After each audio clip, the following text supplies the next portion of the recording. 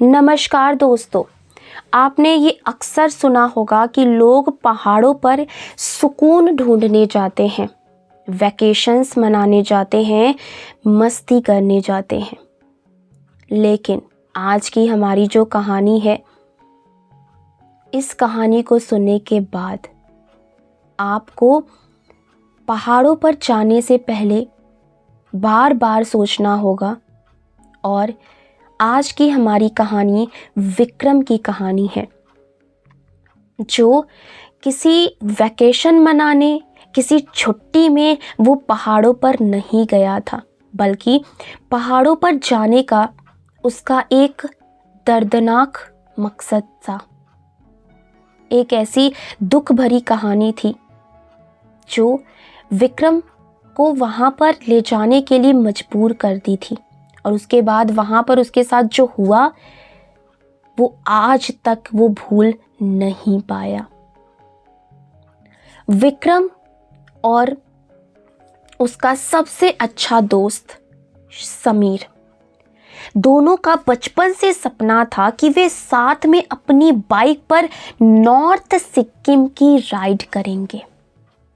लेकिन एक साल पहले एक सड़क हादसे में समीर गुजर गया। गुजरने से ठीक पहले समीर ने विक्रम से कहा था, भाई ये ट्रिप कभी अधूरी मत छोड़ना।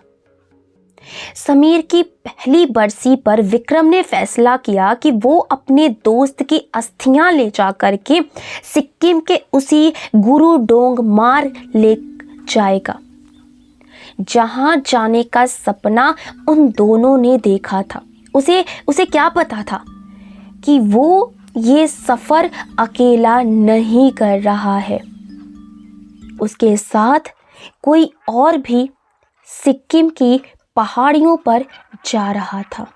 जनवरी की कड़ाके की ठंड थी। विक्रम अपनी बाइक पर समीर की अस्थियों का कलश पीछे बांध करके निकल पड़ा।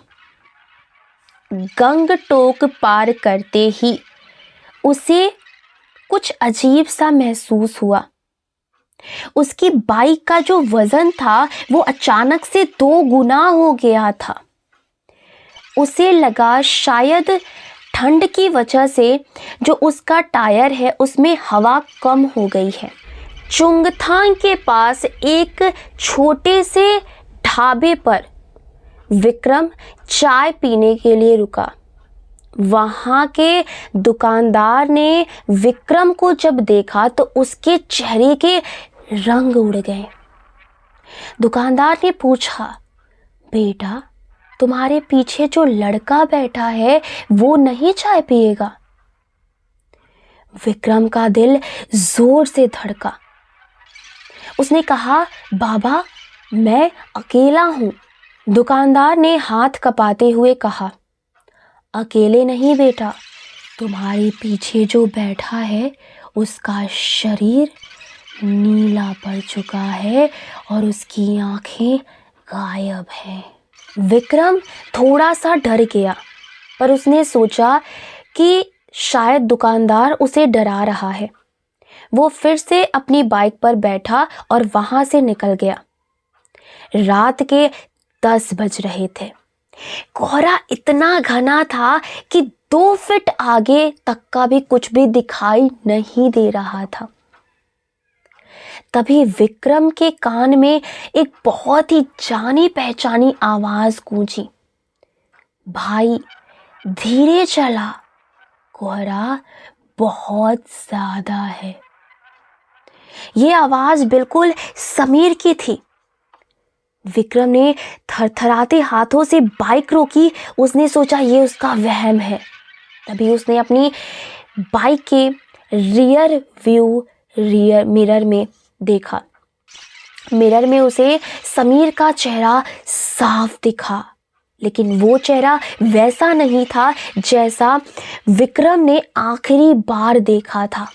समीर के चेहरे का मांस गल करके नीचे गिर रहा था और वो समीर की तरफ देखकर भयानक तरीके से मुस्कुरा रहा था। उसकी मुस्कुराहट में कुछ अजीब छिपा हुआ था। विक्रम ने भागने की कोशिश की पर उसकी बाइक स्टार्ट ही नहीं हुई। अचानक उसे सड़क के किनारे वही दुकानदार फिर से खड़ा हुआ दिखाई दिया। विक्रम उसके पास मदद के लिए दौड़ा। दुकानदार ने विक्रम को गले लगाया और कहा, बेटा डरो मत, मैं तुम्हें बचा लूंगा।